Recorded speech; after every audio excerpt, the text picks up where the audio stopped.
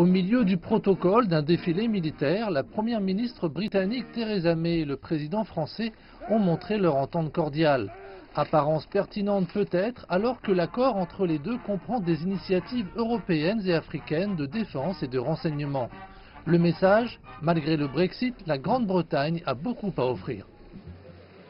Il n'y a aucune circonstance dans laquelle nous pourrions envisager que les intérêts vitaux du Royaume-Uni ou de la France soient menacés sans que l'autre en soit affecté. L'accord apparent vise le sort des migrants bloqués à Calais en route d'un pitoyable voyage vers la Grande-Bretagne. Les 60 millions de dollars supplémentaires du Royaume-Uni renforceront la sécurité et assureront que la Grande-Bretagne accueille davantage de migrants.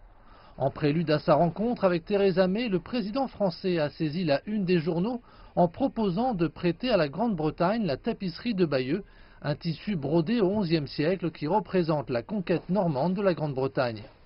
Un rappel opportun et quelque peu ironique en vertu du Brexit, que la Grande-Bretagne n'obtient pas toujours son chemin. D'abord, je vais être très clair avec vous, je ne suis là ni pour récompenser ni pour punir.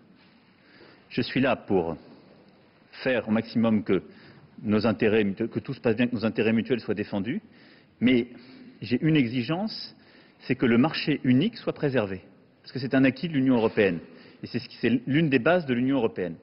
Donc maintenant, le choix, il est du côté britannique, il n'est pas de mon côté, mais il ne peut pas y avoir un accès différencié au marché unique dont les services financiers font partie. Et les solutions, elles sont connues. Vous voulez accéder au marché unique et à la partie services financiers? Be my guest. Le ton donné à l'académie militaire de Sandhurst, près de Londres, a été choisi pour souligner le caractère durable des liens militaires économiques et culturels franco-anglais.